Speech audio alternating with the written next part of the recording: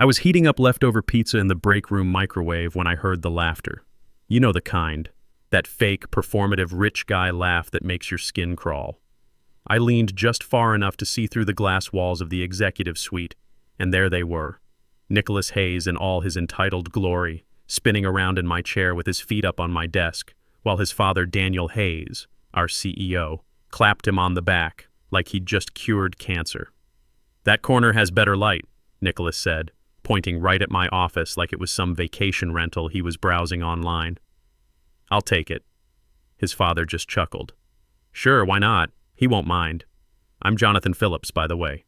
45 years old, and I'd spent the last 12 years at TechFlow Systems turning what used to be a compliance nightmare into something that actually worked. TechFlow's an 850-person software company that specializes in enterprise solutions. Big enough to have serious regulatory headaches, small enough that everyone still knows everyone else's business. That corner office wasn't just a nice view. It was the nerve center of every vendor relationship and regulatory process we had. But they didn't know that. To them, I was just the quiet guy who handled the boring infrastructure stuff, the former Navy IT specialist who kept his head down and got things done without making a fuss. I didn't storm in or make a scene. I just stood there watching Nicholas flip through a quarterly report I'd written like it was a comic book, and quietly tossed my plastic fork in the trash. Daniel caught my eye as I walked past.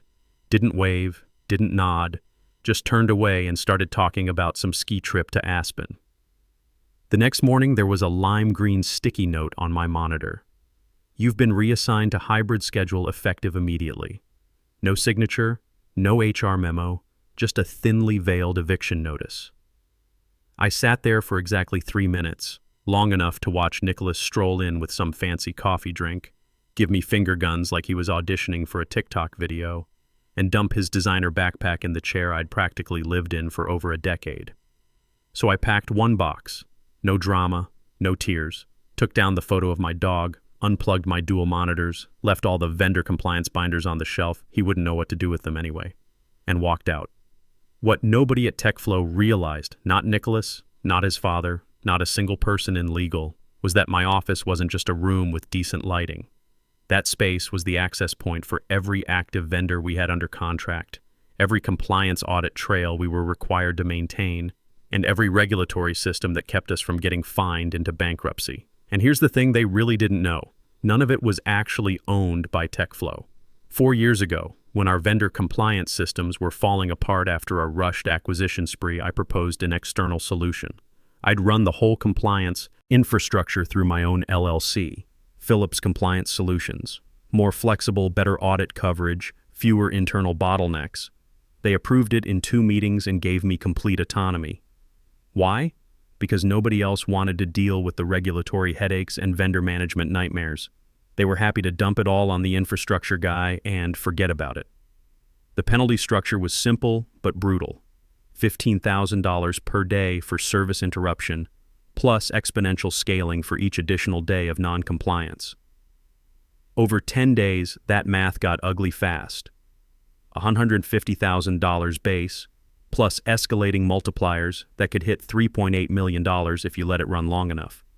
So when I left that room, I didn't just leave behind a desk and chair.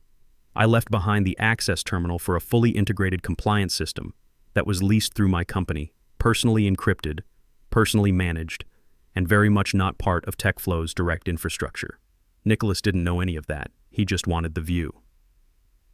The day after Nicholas claimed my office like he was upgrading his hotel room, I started working from home permanently. There was no grand goodbye, no dramatic confrontation with HR. Just the quiet click of my monitors powering down and the sound of his Bluetooth speaker crackling to life as I headed for the exit. He was already playing some lo-fi beats playlist like he'd invented productivity music. That sticky note was still sitting on my desk when I left. No letterhead, no explanation, just scribbled handwriting that said, "You've been reassigned to hybrid effective immediately," like someone was embarrassed to own the decision but not enough to actually not make it. That's how they operate at TechFlow. If you're loud and mediocre with the right last name, you get a corner office. If you're quiet and essential, you get moved around like office furniture. I drove home in complete silence. Didn't even turn on the radio. Just let the hum of the highway remind me that nobody back there really understood how fragile their systems were or how much they depended on invisible hands keeping everything running. My ex-wife always said I was too methodical for my own good, probably why our marriage didn't survive my Navy years. But that methodical nature had served me well in IT. I'd learned early that the best systems are the ones nobody thinks about until they stop working. By the time I reached my house, I'd already activated the backup access point. See, when I first pitched Philips Compliance Solutions 4 years ago, I didn't just offer them a service, I offered them reliability. Every vendor relationship, every compliance log, every third-party license renewal, even the regulatory reporting pipeline, all of it routed through a managed terminal hosted on-site at TechFlow. That terminal was mine. The software stack was mine. The encryption keys were registered to my company's private trust. Sure, they paid the monthly fee, but the legal agreement was crystal clear. The access point couldn't be moved, reassigned, or modified without written consent from both parties. And guess who they never bothered to consult? When Nicholas decided he liked my west-facing window better than his basement-level cube across the hall, they thought hybrid meant I'd just float back and forth like some on-call consultant. They didn't realize I'd actually left. On Thursday, a kid from operations pinged me on Slack. "Hey, quick question. Do you know why the vendor console isn't loading?" I ignored it. A couple hours later, the same guy sent a follow-up. "Nicholas asked if you could send over the new compliance reports. We need them for the quarterly update." I didn't respond because there were no new reports. The export workflow they were looking for was tied directly to the Philips Compliance Console, encrypted, scheduled, and triggered from the terminal they'd just disconnected. The moment I walked out of that office, they'd essentially unplugged their own life support system. Quietly, unknowingly, and now they were standing there wondering why they couldn't breathe. At 5:47 p.m., Daniel emailed me directly. Subject line, "Quick favor." "Hi, John. Nicholas mentioned some issues accessing your old setup. Can we get login credentials for the workstation? Thanks for your help." I stared at it for a moment, then typed exactly one sentence.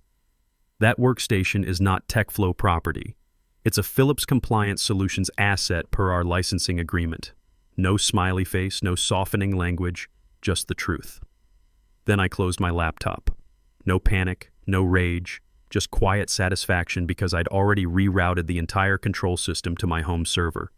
Same protocols, same logs, same oversight, just no access for them. Unless, of course, they wanted to sit down, pull up the contract, and start taking things seriously. But we both knew they wouldn't. Not yet. They still thought I was bluffing. They still thought this was about hurt feelings over an office.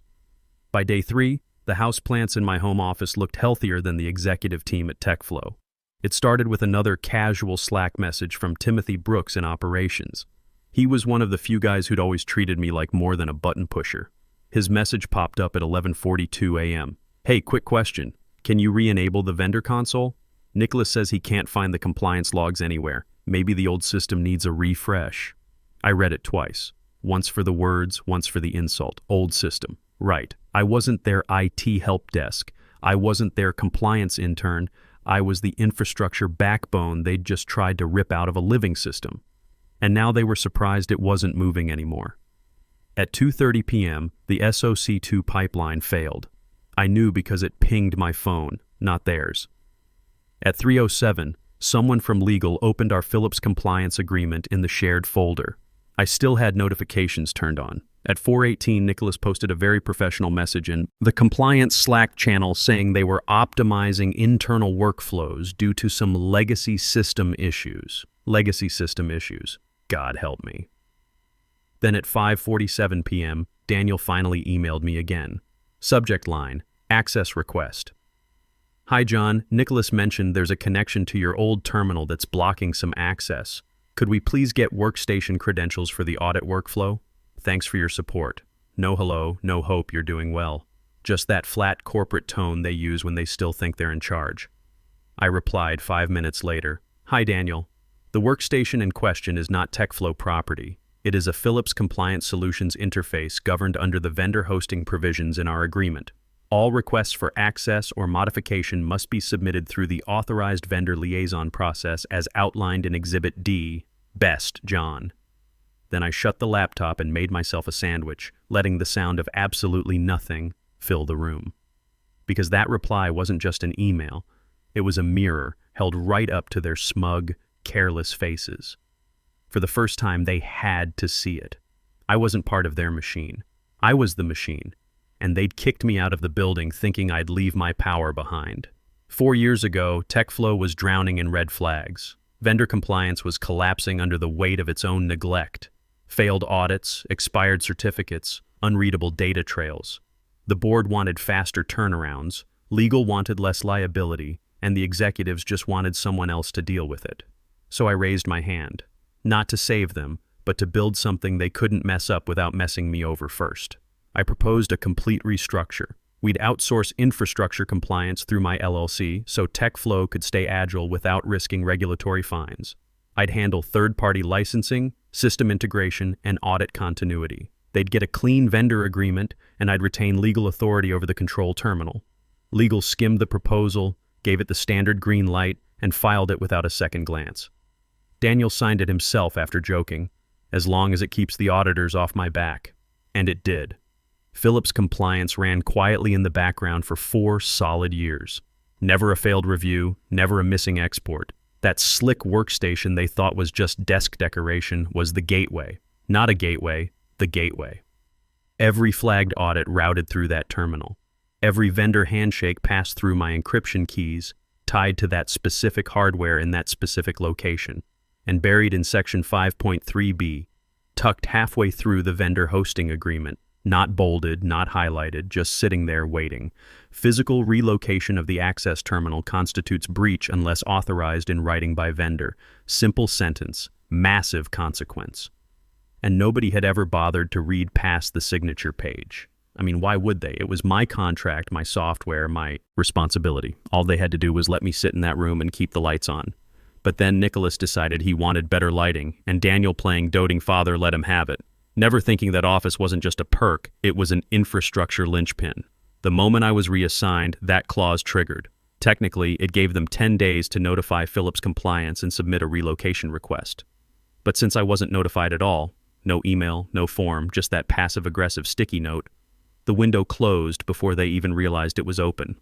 And now, every day they delayed, the breach penalty quietly accumulated. The daily rate of $15,000 seemed reasonable when we'd negotiated it 4 years ago, just enough to ensure they'd take relocations seriously. But the escalating multiplier structure meant that by day 10, we'd be looking at serious money. Day 15, corporate crisis territory. I had a feeling legal was starting to get real familiar with that document, page by painful page. Meanwhile, Nicholas kept pacing around my old office, watching his dashboards load blank screens, probably trying to reboot systems that weren't even in the building anymore. Poor guy didn't know the access terminal had geo-locking enabled. Even if he cloned the entire setup, the system would reject it unless I personally approved the new physical location, which I wouldn't. I'd built Philips compliance for one reason: to work flawlessly, securely, and on my terms, and they'd broken all 3. They thought they'd shuffled a middle-aged employee to work-from-home status. What they'd actually done was breach a vendor contract, forfeit operational access, and start a countdown timer on a compliance disaster. All for a better view. By day 5, the cracks weren't subtle anymore. TechFlow ran on appearances, polished emails, inflated job titles, staged collaboration photos in front of whiteboards nobody had written on since last quarter. But underneath all that polish was a nervous, twitchy back end, held together with more vendor integrations than any of them could track. And guess who held the keys to every single one? Not the chief growth strategist currently Googling what is SSL certificate from my old chair. The first red flag was the SOC2 export. It was due Tuesday morning, routine, automated, timed down to the second. But it didn't fire. Nicholas sent a chipper Slack to operations. Any idea why our export didn't hit the shared folder yet? Might just need a restart? It wasn't a restart issue. The automated export depended on a pre-authenticated trigger that ran through my console, a trigger that only activated from one specific IP address, the one they'd disconnected when they evicted me. Then came the vendor attestation reports. TechFlow had 8 high-risk vendors, all requiring monthly compliance verifications. Normally, one click in my console and Philips Compliance pulled live attestations from each vendor's node. Seamless, auditable, verified. Now that console might as well have been a blank Word document. Even the internal ethics hotline, the one TechFlow loved featuring on their About Us page, was down. It used to route through a secure portal hosted by my company's cloud environment, but without the right authentication exchange, it defaulted to a generic dead-end redirect. Jennifer Collins from HR filed a ticket because all she could see was a gray box that said, "This resource is no longer available." By Thursday, the Slack channel for IT emergencies only was lighting up like Times Square. One engineer posted, "Anyone else seeing connection failures when trying to reach the audit portal?" Another chimed in, "Compliance console won't accept credentials. Can't even ping the old terminal." And then, because panic always finds the most clueless person to amplify it, Nicholas authorized a full system refresh, wiped cached credentials, reset network priorities, tried to re-establish admin rights to a system he didn't understand. It was like watching a toddler throw a tantrum at the controls of a 747. The IT team didn't even bother sugarcoating their report. Primary finding: compliance console fails to resolve. Vendor tunnel is offline. IP authentication does not match authorized interface. Status: unrecoverable without vendor intervention. That's when the calls started. Legal pinged me 3 times. No subject, no body, just call me ASAP. The CFO left a voicemail. She sounded calm, but I could hear the clink of a wine glass in the background, like she was trying to slow the free fall with Cabernet and crossed fingers. They still hadn't figured it out. The system didn't go down. They'd unplugged it, and now the entire company was gasping through a severed pipeline trying to duct tape together dashboards that depended on credentials no longer valid, systems no longer authorized, workflows no longer reachable. Every failure, every blank screen, every dead link traced back to one decision. Nicholas wanted a nicer view, and for that, TechFlow lost its operational lungs. By Monday morning, the word audit had finally clawed its way into the boardroom. The regulatory review was scheduled in less than 2 weeks. Nothing exotic, just a standard third-party compliance inspection tied to the vendor infrastructure we'd scaled over the last 4 years. Under normal conditions, my system handled it automatically. We'd built redundancies into every export cycle, fail-safes, real-time verification flags. But with the primary terminal severed and no credentials authorized for re-entry, TechFlow had exactly 2 options: fix it or face penalties. And fix it was no longer on the table. At 9:18 a.m., legal requested an internal review, not a memo, a review, as in multiple partners from their external counsel were being looped in. One of them printed out our Philips compliance contract and started highlighting clauses like his life depended on it. Daniel, always the picture of control, paced the conference room holding his reading glasses like worry beads.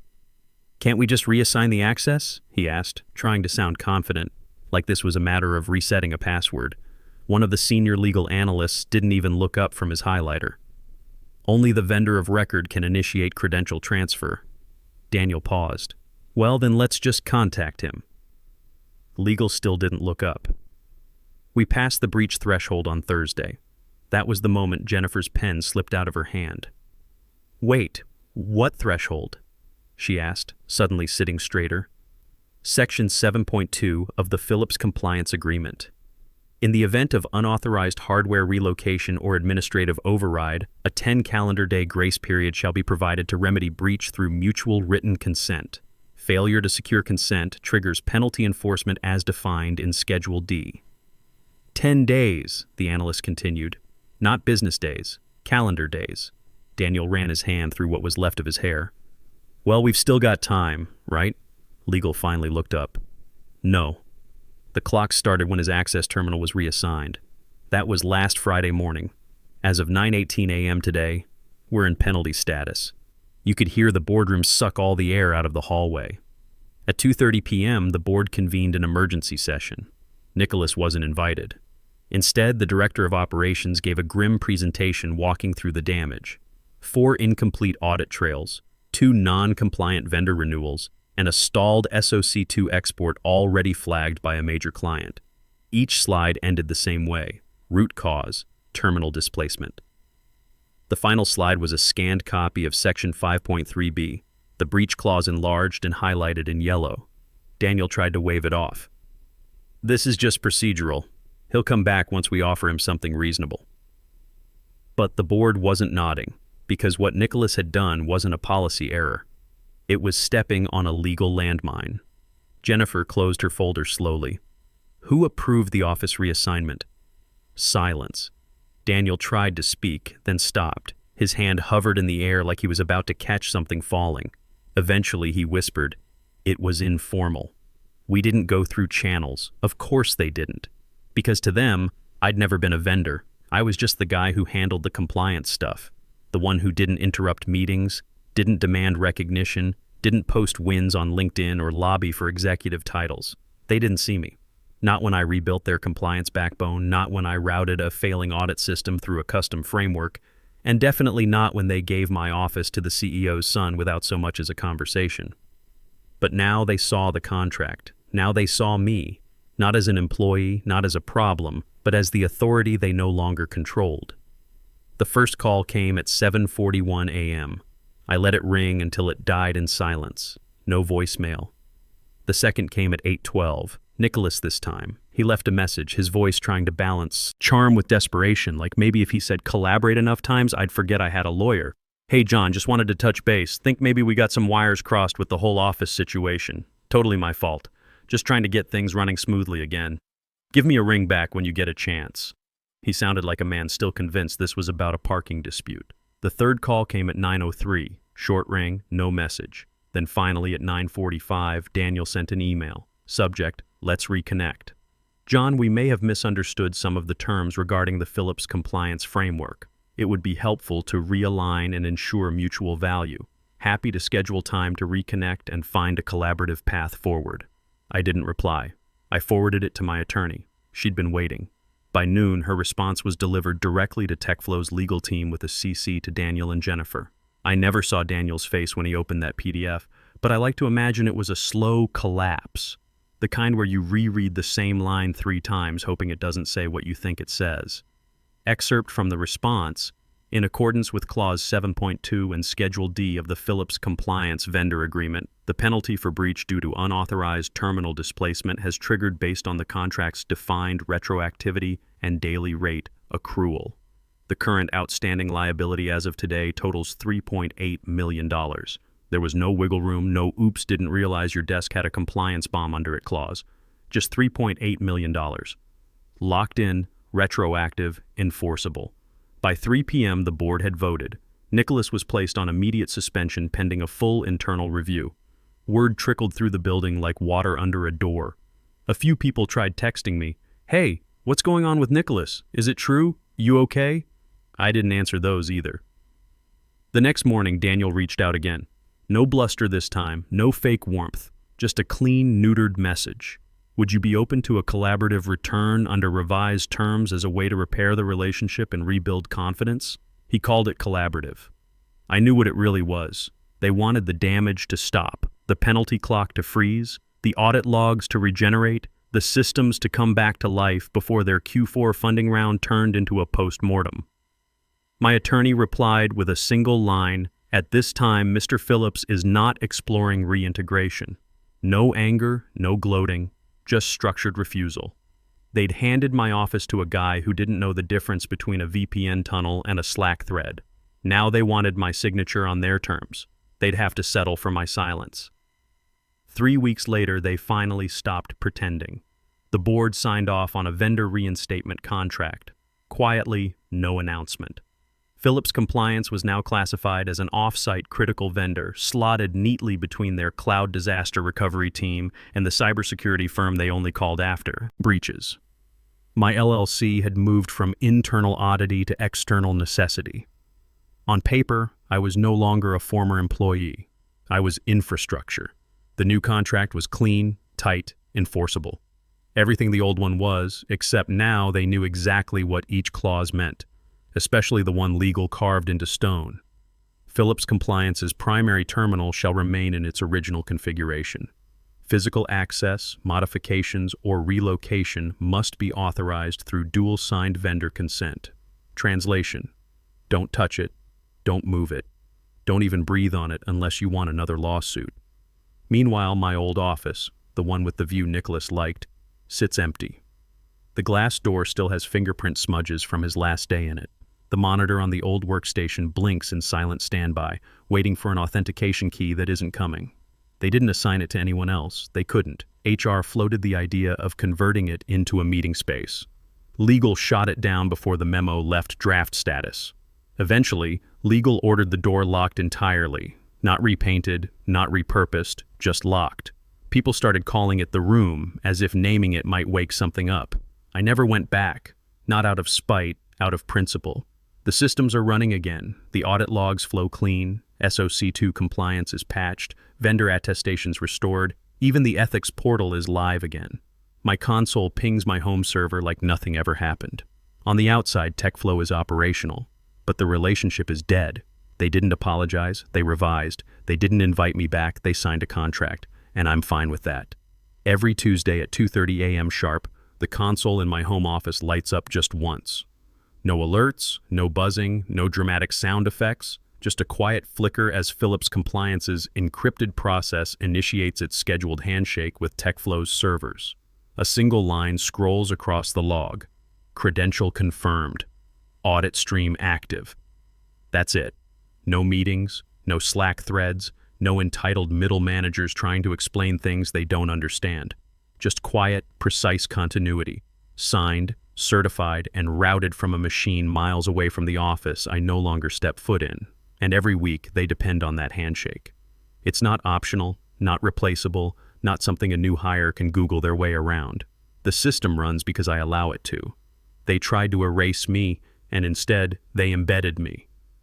Now I live in the pulse of their system.